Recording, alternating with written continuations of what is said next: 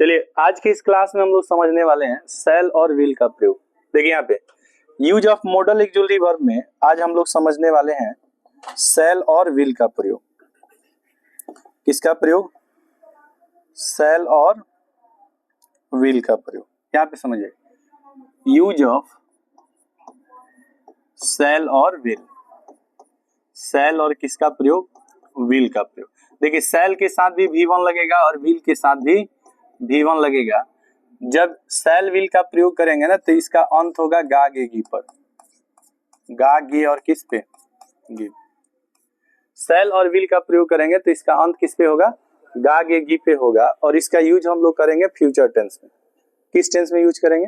Future tense में। याद रखेंगे सेल विल का प्रयोग किस टेंस में होता है? तो फ्यूचर टेंस में होता है। अब हम लोग को ये समझना है कि सेल कहाँ लगता है और विल कहाँ लगता है। यूज ऑफ सेल और विल, यूज ऑफ विल। तो पहले हम लोग समझते हैं यूज ऑफ सेल का प्रयोग। ठीक है, सेल का प्रयोग क्या कह रहा है? सेल का प्रयोग कह रहा है कि जो पर्सन होता है, पर्सन, ठीक है, अगर हम पर्सन्स की बात करें, पर्सन्स मीन्स पुरुष की बात करें, तो पर्सन्स कितने टाइप के होते हैं? 3 टाइप के। पर्सन्स कितने टाइप के होते हैं? 3 टाइप के होते हैं। पहला पर्सन जो होता है ना वो फर्स्ट पर्सन होता है। कौन सा पर्सन होता है? फर्स्ट पर्सन होता है। और फर्स्ट पर्सन का जो सब्जेक्ट होता है वो आई और वी होता है। क्या होता है? आई और वी। इस दो सब्जेक्ट को हम लोग फर्स्ट पर्सन कहते हैं। ठीक है, दूसरा होता है सेकेंड पर्सन, सेकेंड पर्सन। और तीसरा क्या होता है बताइए? तीसरा क्या होता है? Third person. तीसरा होता है थर्ड पर्सन, थर्ड पर्सन। तो अगर हम बात करें तो फर्स्ट पर्सन में आई वी आता है, ठीक है। सेकेंड पर्सन में क्या आता है? तो सेकेंड पर्सन में यू आता है। और थर्ड पर्सन में क्या आता है? तो थर्ड पर्सन में आता है ही आता है, सी आता है, इट आता है, दे आता है और कोई नाउन आता है। ये थर्ड पर्सन होता है। ये कौन सा पर्सन होता है? Third person. तो एक फर्स्ट पर्सन हो गया, ठीक है, सेकेंड पर्सन और थर्ड पर्सन। फर्स्ट पर्सन का जो सब्जेक्ट होता है वो आई और वी होता है। आई और वी को क्या कहेंगे? First person. और यू को क्या कहेंगे? Second person. और बाकी जो बचा वो क्या है? Third person. अब एक बात समझेंगे कि आई और वी के साथ, आई और वी के साथ, ठीक है, हम लोग किसका प्रयोग करते हैं? तो सेल का प्रयोग करते हैं। सेल का प्रयोग करते हैं किस टेंस में? किस टेंस में? फ्यूचर टेंस में। आई और वी के साथ सेल का प्रयोग करते हैं किस टेंस में? फ्यूचर टेंस में। ठीक है, तो पर्सन्स जो होता है ना 3 तरह का होता है। कितने तरह का? 3 तरह का। एक फर्स्ट पर्सन, एक सेकेंड पर्सन और दूसरा थर्ड पर्सन, तीसरा थर्ड पर्सन। अब यहाँ पे समझिए सेकेंड पर्सन में यू आता है, यू के साथ और ये जितना भी है थर्ड पर्सन, सेकेंड और थर्ड पर्सन के साथ हम किसका प्रयोग करते हैं? तो विल का प्रयोग करते हैं। विल का प्रयोग होता है, ठीक है। और यहाँ पे ये दर्शाता क्या है? तो यहाँ पे ये दर्शाता है पॉसिबिलिटी। क्या दर्शाता है? पॉसिबिलिटी दर्शाता है। पॉसिबिलिटी बोले तो क्या? संभावना। पॉसिबिलिटी बोले तो संभावना। तो संभावना को दर्शाने के लिए, किसको दर्शाने के लिए? संभावना को दर्शाने के लिए, ठीक है, फर्स्ट पर्सन के साथ किसका प्रयोग किया जाता है? सेल का। सेकेंड पर्सन और थर्ड पर्सन के साथ किसका प्रयोग किया जाता है? विल का। तो रूल 1 यहाँ पे होगा, ध्यान से समझेंगे। रूल 1 होगा, ठीक है, कि फर्स्ट पर्सन के साथ, फर्स्ट पर्सन के साथ पॉसिबिलिटी को दर्शाने के लिए, किसको दर्शाने के लिए? पॉसिबिलिटी को दर्शाने के लिए किसका प्रयोग किया जाता है? सेल का प्रयोग किया जाता है। और सेकेंड और थर्ड पर्सन के साथ, सेकेंड और थर्ड पर्सन के साथ पॉसिबिलिटी को दर्शाने के लिए किसका प्रयोग किया जाता है? विल का प्रयोग किया जाता है। जैसे मान लीजिए एग्जाम्पल से समझेंगे, जैसे दिया हो कि शायद, शायद, ठीक है, हम लोग वहां जाएंगे, हम लोग वहां जाएंगे, शायद हम लोग वहां जाएंगे। अब यहाँ पे देखिए हम लोग वहां जाएंगे लेकिन ये कंफर्म नहीं है, शायद लगा हुआ है इसमें, ठीक है। तो यहाँ पे हम लोग का क्या लिखेंगे? वी। और यहाँ पे क्या होगा? सेल। और क्या होगा? गो। और यहाँ देयर होगा। We shall go there.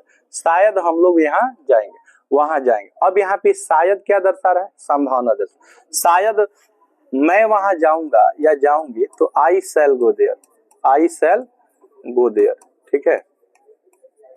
जैसे ही बोलना हो कि शायद, ठीक है, शायद हम लोग, ठीक है, शायद हम लोग we shall do this work, शायद हम लोग यह काम करेंगे, we shall do this work, शायद हम लोग यह काम करेंगे, ठीक है। जैसे दिया हो कि आई शैल हेल्प हर, मैं उसकी मदद करूंगा या करूंगी। तो जिस चीज में पॉसिबिलिटी होता है, क्या होता है बाबू? पॉसिबिलिटी का अर्थ है कि जिसमें संभावना, क्या हो? संभावना हो, और इसमें शायद या हो सकता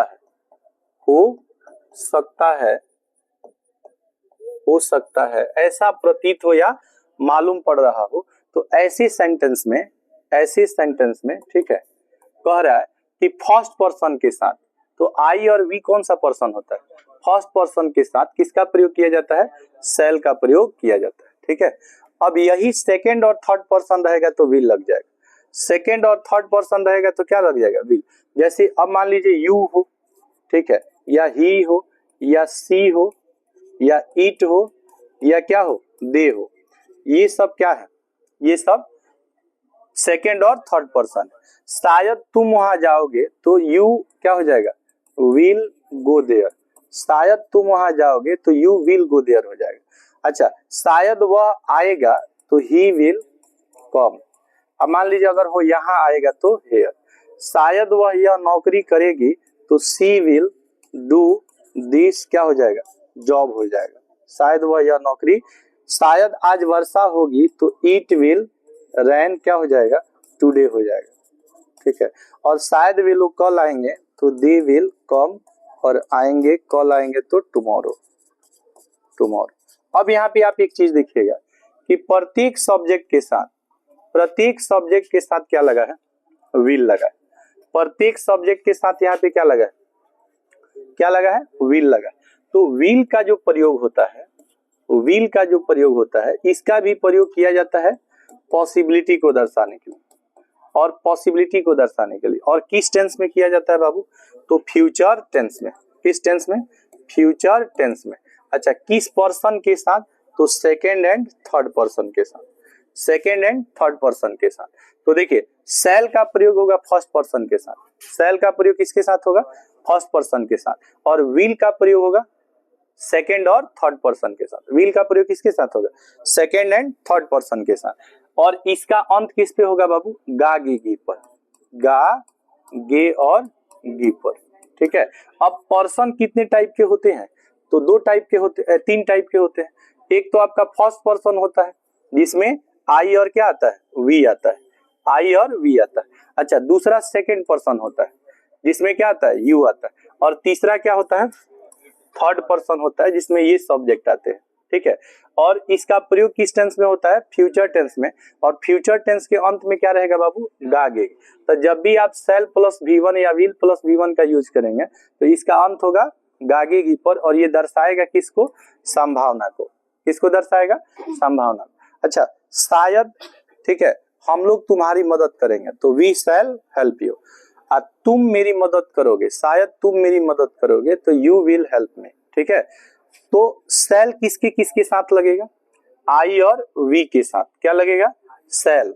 आई और वी के साथ शैल। और बाकी जो भी सब्जेक्ट आएगा, चाहे आपका सेकेंड पर्सन आएगा चाहे थर्ड पर्सन आएगा, सबके साथ किसका प्रयोग होगा? विल का प्रयोग होगा। बात समझ में आ रहा है कि नहीं आ रहा? अब एक बात समझिए। अब ये कह रहा है कि जब वाक्य में अवश्य, जरूर और एकदम रहेगा, वाक्य में क्या रहेगा? अवश्य रहेगा, जरूर और एकदम रहेगा, तब क्या करेंगे? वाक्य में अवश्य, जरूर, एकदम रहेगा तो क्या करेंगे? देखिए, अवश्य जब रहेगा ना तो चेंज हो जाएगा। अवश्य, जरूर, एकदम। अवश्य, जरूर, एकदम, एक और वर्ड आ जाएगा ही। जब ये सब आएगा ना फ्यूचर टेंस में, जब ये सब फ्यूचर टेंस में आएगा तो समझिए ये दर्शाता है सर्टिनिटी को। सर्टिनिटी मतलब जो काम एकदम निश्चित हो, निश्चित, जो घटना क्या हो? निश्चित हो, एकदम जिसमें 99% होने की चांस हो, ठीक है, तो उसमें एक नोट आपको जानना होता है। नोट ये जानना होता है कि सर्टिनिटी को दर्शाने के लिए, ठीक है, किसको, सर्टिनिटी को दर्शाने के लिए, सर्टिनिटी को दर्शाने के लिए यहाँ पे करते क्या है कि जहां फर्स्ट पर्सन आता है, क्या आएगा, फर्स्ट पर्सन, मतलब आई और क्या आएगा, वी आएगा, तब यहाँ पे आप किसका प्रयोग करेंगे बाबू, विल का प्रयोग करेंगे, ठीक है। और सेकेंड एंड थर्ड पर्सन के साथ, सेकेंड एंड थर्ड पर्सन के साथ उल्टा हो जाएगा, यहाँ पे सेकेंड एंड थर्ड पर्सन के साथ आप यहाँ पे किसका प्रयोग करेंगे, शैल का।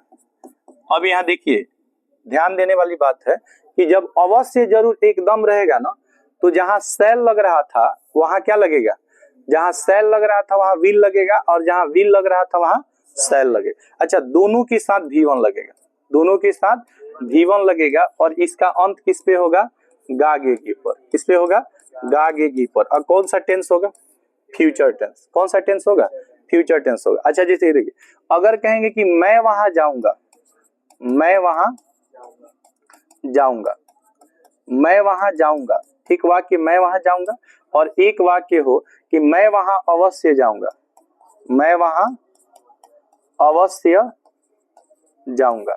अब इस दोनों वाक्य में देखिए क्या डिफरेंस है, मैं वहां जाऊंगा और मैं वहां अवश्य जाऊंगा। तो जब अवश्य रहेगा, क्या रहेगा बाबू, अवश्य रहेगा, तो फर्स्ट पर्सन के साथ क्या लगेगा, विल लगेगा। तो मैं वहां अवश्य जाऊंगा, तो इसका इंग्लिश होगा आई विल गो देयर, ठीक है। और जैसे ही इसमें से अवश्य हट जाएगा, क्या हट जाएगा, अवश्य, और मैं वहां जाऊंगा रहेगा, तब क्या हो जाएगा, आई शैल गो देयर। तो आई के साथ शैल भी लगता है और आई के साथ विल भी लगता है। विल कब लगता है, जब वाक्य में क्या रहेगा, अवश्य रहेगा, तब क्या लगेगा, विल। अवश्य नहीं रहेगा तो क्या लगेगा, शैल। अच्छा, हम लोग तुम्हारी मदद करेंगे, सेंटेंस दिया हो कि हम लोग तुम्हारी मदद करेंगे, हम लोग तुम्हारी मदद करेंगे, हम लोग तुम्हारी मदद करेंगे, मदद करेंगे, हम लोग तुम्हारी मदद करेंगे। तब यहाँ पे लिखेंगे हम लोग तुम्हारी मदद करेंगे, तो क्या होगा, we shall help you, we shall help you, ठीक है, हम लोग तुम्हारी मदद करेंगे। अगर यही सेंटेंस रहे कि हम लोग तुम्हारी मदद अवश्य करेंगे, हम लोग तुम्हारी मदद अवश्य करेंगे, अब इसमें अवश्य आ जाएगा, हम लोग तुम्हारी मदद अवश्य करेंगे, अवश्य या जरूर करेंगे। अब यहाँ पे देखिएगा, यहाँ पे क्या आ गया, अवश्य या जरूर आ गया। तब बताइए क्या होगा, वी विल, ठीक है, help you, we will help you. तो जब अवश्य जरूर रहेगा, अवश्य जरूर रहेगा, क्या रहेगा बाबू, अवश्य रहेगा या जरूर रहेगा, तो आई वी के साथ क्या लगेगा, विल लगेगा, और बाकी के साथ किसका प्रयोग होगा, शैल का प्रयोग होगा। जैसे अगर कहेंगे कि वह अवश्य आएगी, वह अवश्य आएगी, वह अवश्य आएगी। अब यहाँ पे बताइए वह का क्या होता है, सी। अब यहाँ पे सी के साथ विल लगेगा कि शैल लगेगा, बताइए, सी के साथ क्या लगेगा, यहाँ पे शैल। शैल क्यों लगेगा, क्योंकि अवश्य है, तो सी शैल कम हियर हो जाएगा, सी शैल कम हियर। केवल रहेगा कि वह आएगी, वह आएगी, तो सी विल कम हियर। वह यहाँ जैसे है, यहाँ हटा दीजिए, तो हो जाएगा क्या, सी शैल कम, वह अवश्य आएगी। तो अवश्य जब रहेगा, ठीक है, तो चेंज हो जाएगा। अवश्य जब रहेगा तो आई वी के साथ क्या लगेगा, विल, और बाकी के साथ क्या लगेगा, शैल। जैसे मान लीजिए कि सेंटेंस दिया हो कि वे लोग अवश्य काम करेंगे, वे लोग अवश्य काम करेंगे, ध्यान देंगे, वे लोग अवश्य अवश्य काम करेंगे, काम करेंगे, वे लोग अवश्य काम करेंगे। तब बताइए क्या होगा, वे लोग का क्या होता है, दे होता है कि नहीं होता है।